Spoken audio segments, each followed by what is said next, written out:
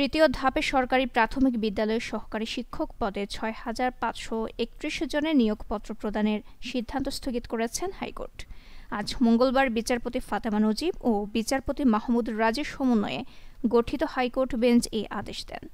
আগামীকাল বুধবার থেকে এই ৬,৫০০ শিক্ষককে নিয়োগপত্র দেওয়ার কথা ছিল, কিন্তু কোটা পদ্ধতি অনুসরণ করে নিয়োগ দেওয়ায় আদালত তাদের নিয়োগপত্র প্রদানের সিদ্ধান্ত স্থগিত করেছেন।